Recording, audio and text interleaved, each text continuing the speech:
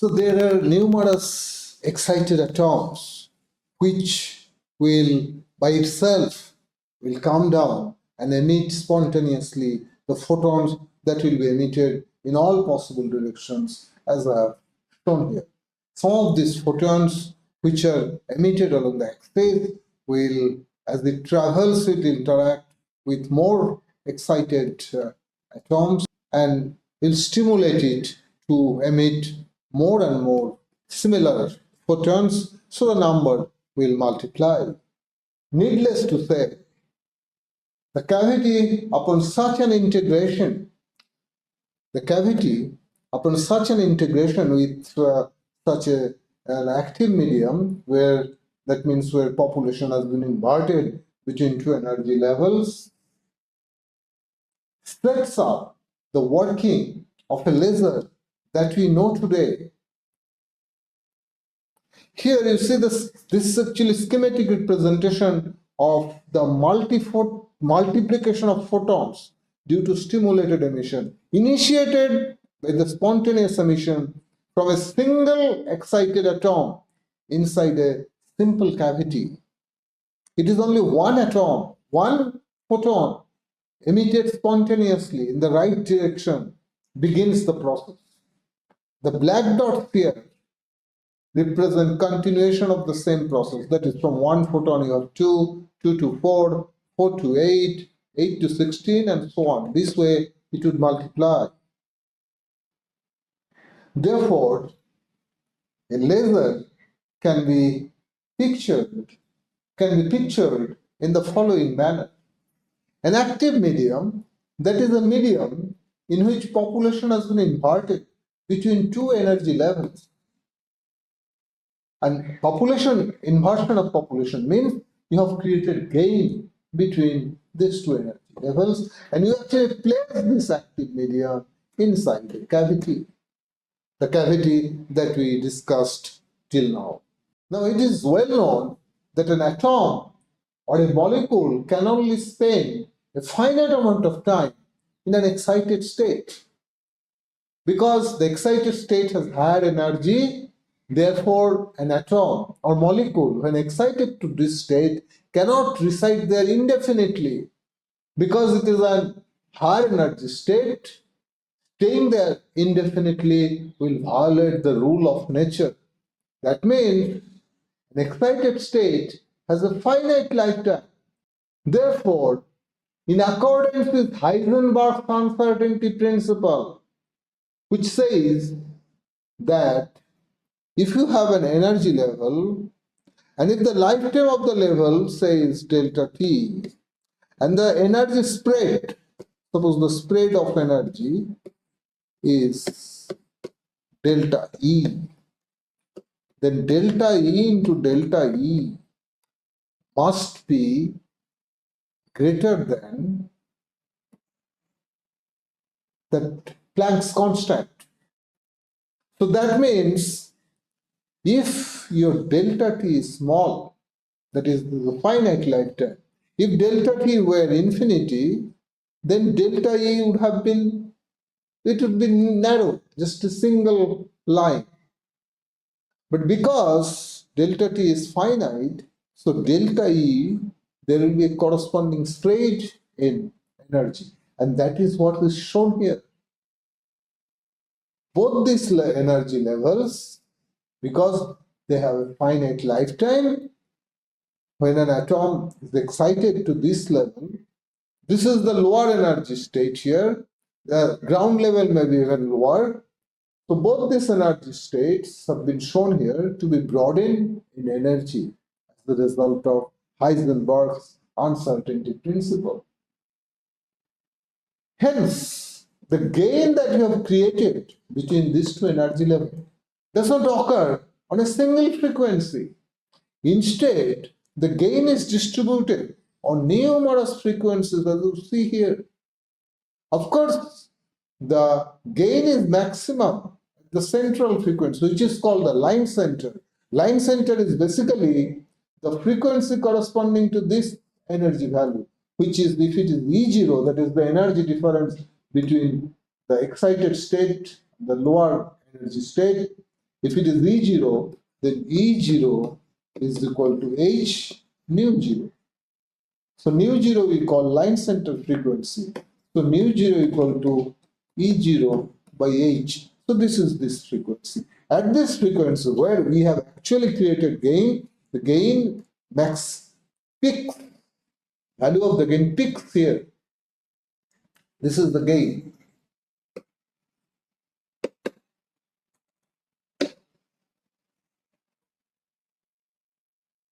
And it drops off on either side. Hence, the gain that has been created does not occur on a single frequency. Instead, the spread over numerous frequencies are seen here. Now you see, all these frequencies has gain. Does it mean that the lasing here will occur on all these frequencies? The answer is an emphatic no. Lasing will occur only on those frequencies which are cavity modes, which can oscillate back and forth inside the cavity without decaying. Now you see, all these discrete frequencies seen here are actually cavity modes. We have already discussed about these modes. These are the cavity modes, and the spacing between the cavity modes is free spectral range, which is inversely proportional to the cavity length. So all these discrete frequencies you see here are cavity modes. Of course, there are many more frequencies, all are, I have not only shown them here. Numerous frequencies are there which are resonant to this cavity. Now see, all these modes, all these frequencies which are cavity modes, which can oscillate back and forth inside the cavity without decaying, and all these cavity modes have gain, small or big. All of them have gain. So does it mean that lasing would occur on all these cavity modes? The answer again is a big no. To understand this, let us go a bit deeper. You see, for a typical laser, one of the cavity mirrors, so this one, is maintained generally 100% reflectivity. That means no light can leak through this mirror because its reflectivity is 100%. Whatever light shines onto it, everything is reflected back. So no leakage of light is possible through this mirror. What about the other mirror? That is the partially transmitting mirror, which actually allows a part of the light to be leaked through, and this is an useful loss which forms the output beam of the laser.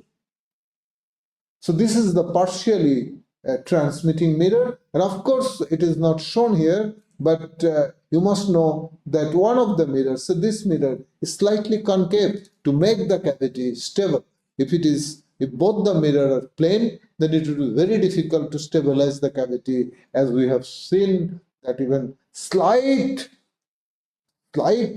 deviation from parallelism will simply make the light walk out of this zone. So then, where were we? Now, lasing can occur only on those frequencies. All right. So we have provided some transmission loss on this mirror. Now this transmission loss is independent of the frequency, because the reflectivity of the mirror or transmittivity of the mirror doesn't depend on the frequency. It is independent of frequency. Therefore, this loss can be represented as a straight line in this gain curve as a loss line. This is parallel to the frequency axis because it doesn't depend on frequency. So all these modes, cavity modes, will experience the same loss, which is given by this is the gain. Different modes have different gain, but all the modes have same loss, which is represented by this straight line.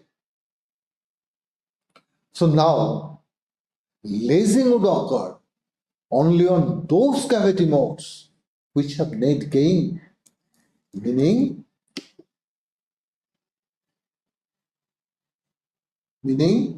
whose gain is more than the loss. If a mode exhibits more loss, then round trip loss, as the light, that frequency, that mode frequency travels to and fro. So start from here, travel to this mirror, and come back here.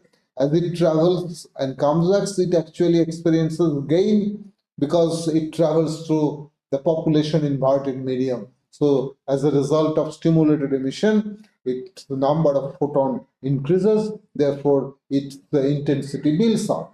Now as it comes here, it exhibits the loss, experiences the loss because of this mirror. Part of it is leaked out. We have seen earlier that if the loss, round trip loss, exceeds the gain, the oscillation cannot sustain. The same logic also applies here. You see, the modes for which the gain exceeds loss only will be able to oscillate, will survive. Rest of the mode will not be able to oscillate. Now you see, in this particular example, you see 1, 2, 3, 4, these five modes have gain exceeding loss. Therefore, they only will be able to laze. The other modes, although they have some gain, but the loss is much more than the gain. Therefore, they would not survive. And hence, the lasing would occur only on these five modes. And the emission feature of the laser would look somewhat like this. The mode, in this case, this mode which is indicated by 3 has the highest gain, and therefore this also gives rise to, provides higher output. Say the intensity of power of the laser as a function of frequency. So the mode with higher gain also will yield higher power, understandable. Now, you see another interesting point is that, therefore, essentially, this laser is a multi-mode laser because this laser, there is oscillation on 1, 2, 3, 4, 5 modes.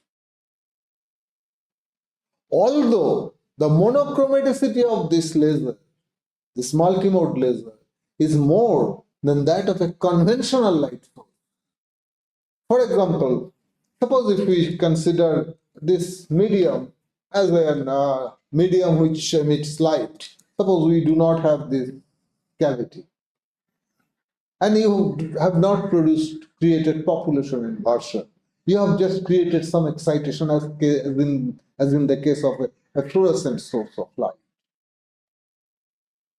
So this excited atom or molecule, whatever, as they come down to the ground state, they will emit spontaneously light. What will be the broadening of that light? The broadening will be just this. This is the spontaneous broadening. Therefore, a conventional source of light using the same medium will give you a spectrum, the broadening of which will be this.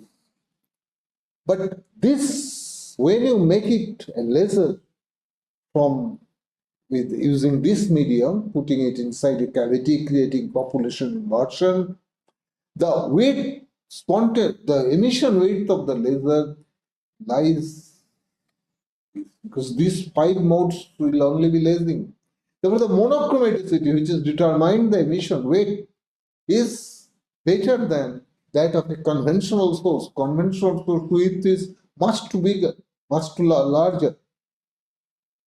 True, this multimode laser has a monochromaticity better than that of a conventional source, but surely it is not a highly monochromatic source because so many modes are actually oscillating here.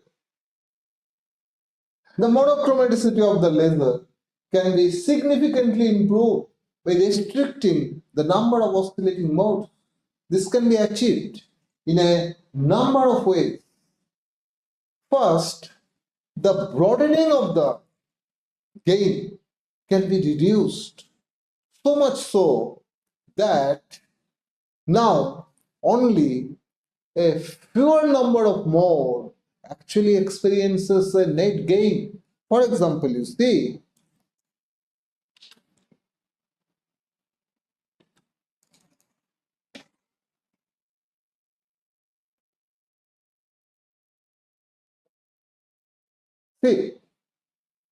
let us assume somehow we have reduced the broadening of the gain. So how you can reduce? You increase the lifetime of this level. If you increase the lifetime, then the broadening will reduce. Heisenberg's uncertainty principle. How we have reduced the lifetime will come in a while. So if you reduce the broadening of the gain, then you see, in this case, as you can see, it has been such that only one mode, this mode alone, has gain exceeding loss. No other mode, even so this mode, it has some gain, but the loss is much too big for this mode. So lasing now would occur only on this mode, which has net gain. So the emission feature in this case would be like this: single mode lasing. In this case, the laser is lasing on single mode. So then the emission will be highly monochromatic compared to a multimode laser. See, again you see, it is the cavity which is doing all the tricks. The same also can be achieved simply by reducing the cavity length. We have seen that if you reduce the cavity length, then the free spectral range, that is the spacing between two adjacent cavity mode, increases, because free spectral range is inversely proportional to the cavity length. Shorter the length of the cavity, the more widely the modes will be spaced. So I have shown it here. So if this is the case, and our gain is just as it was before, and now instead of reducing this broadening of the gain, we have increased the spacing between the modes by reducing the length of the cavity. So then what happens? You have once again created a condition wherein only one mode, I mean this mode, has a net gain. No other. These modes are so far away that though they hardly see any gain. While the loss is anyway independent of frequency loss, there is so much of loss and there is hardly any gain. So once again, lasing will be affected here only on this mode. So this will once again be a single mode laser. We have attained single mode operation of this laser in two ways. One is we have reduced the broadening of the gain to ensure that only one mode has net gain, and therefore lasing is restricted only on that. It is a single mode laser. That means the emission is highly monochromatic, or we have reduced the cavity length so much so modes are so widely spaced that once again only one cavity mode has net gain, and therefore lasing is once again restricted on single mode. But in both these techniques, the monochromaticity has been attained at the expense of the operating performance of the laser. I'll explain to you how. Now you see, how do you, for example, let us consider the case of reducing the broadening of the gain. How do you achieve it? Let us consider the example of a gas laser, where the active medium is a gaseous medium, which has given that particular broadening of the gain because of the lifetime, so lifetime that is associated with the blazing level. And the Heisenberg uncertainty principle is the determining factor. Now, if you have to reduce the broadening of the gain, how do you do it in a gas laser? You, of course, have to reduce the operating pressure of the laser. If you reduce the pressure of the laser, that reduces the collision frequency. Less molecule or atom means they will collide less frequently. So collision frequency. And if the collision frequency is less, then once you have excited an atom, a molecule, higher energy state, then if this excited molecule collides with another molecule which is in the ground state, then this collision will actually relax the molecule from that excited state. That means more collision means shorter lifetime. And less collision means the molecule can spend longer time in the excited state. I think it is clear to you. So if we increase the pressure, there will be more collision. That means lifetime will be reduced. So the broadening, if the lifetime reduces, then the broadening increases. Heisenberg's uncertainty principle. So if you have to reduce the broadening, you have to reduce the pressure. Because if you reduce the pressure, the collision frequency will be less, so the excited molecule can reside in the excited state for a longer time.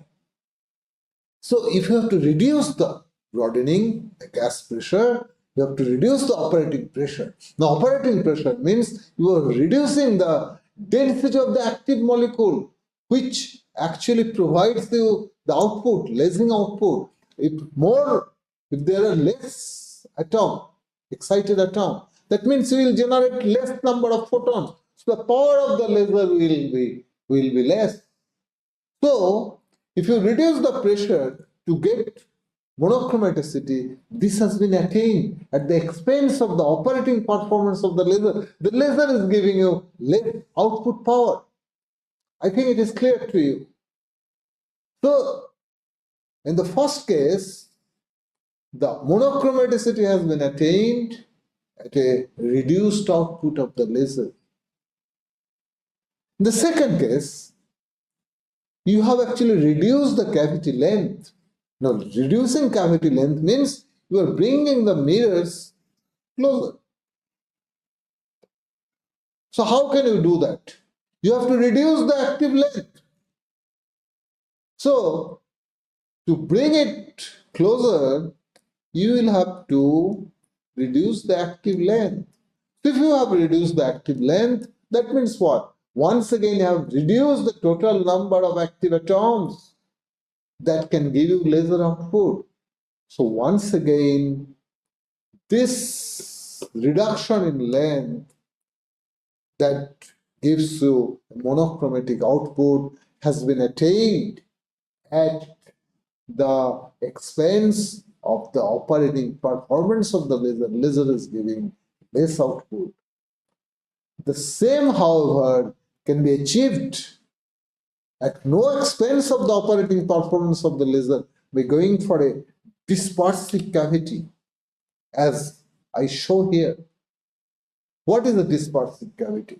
You know that if you have dispersion, if you have a prism, and if you shine this prism with white light, then the light, after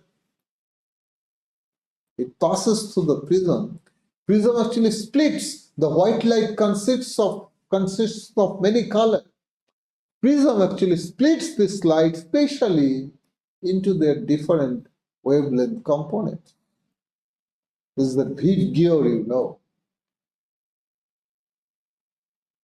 You actually exploit this property, dispersive property of a prism. There could be other dispersive element also. Let us consider the case of a prism. That is very simple to understand. So you have placed a prism inside the cavity, intracavity. That means between these two mirrors. Now you see this mirror is now slightly oblique. That is because the prism has split, dispersed the light. So the other mirror is in a awkward position. But you are exploiting this property to get once again single mode operation. You see, in the beginning, this active medium, actually it is the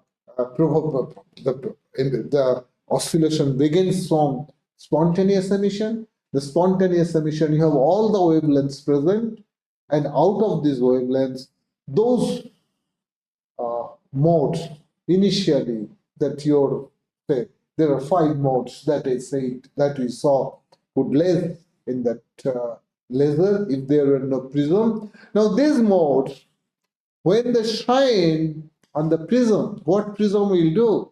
Prism will split them into their constituent colors. Different modes have different wavelengths. So different wavelengths will travel to the prism in different direction. Let us assume that these are the 3 modes. So the 3 modes, prism will split in 3 different angles. Now only one of them at a time will fall normally on the output mirror, as you can see here. So this mode alone will then be able to get feedback. See, it will be oscillate back and forth because this has fallen normally, so it will also reflect back in the same direction, and then it will travel to the other mirror, and there also it will fall normally, and then will be again reflected back. So this mirror alone would be able to oscillate back and forth. Other modes which fall obliquely on this mirror would be reflected away and just would get lost, would not get a chance to laser at all. And this mode alone would be able to oscillate back and forth and extract energy from this medium, active medium, which is continuously being pumped to maintain population inversion. Other modes cannot extract any energy from this active medium because they have no chance. This prism has come on the way. So this laser again will give you a single mode laser, but now at no expense of the operating efficiency of the laser. Another advantage is that you can tune the laser. That means you can choose different modes, different operating different wavelength of the laser or frequency of the laser by tuning this mirror. Suppose you tune this mirror in this direction, like this. If you tune it like this, then this mode will fall normally on this. So it will be reflected back, and this mode now will be reflected away, and so will be this. So by tuning this output mirror, you are actually choosing different wavelengths. That means you are able to tune your laser, monochromatic laser, and the monochromatic output you are able to tune. So cavity actually has allowed all these. And this tuning can also be done by tuning the prism instead of the output mirror. So then, you see, the cavity has given laser lot of almost all its attributes. First of all, directionality, which comes from the property of stimulated emission, and cavity allows to exploit it.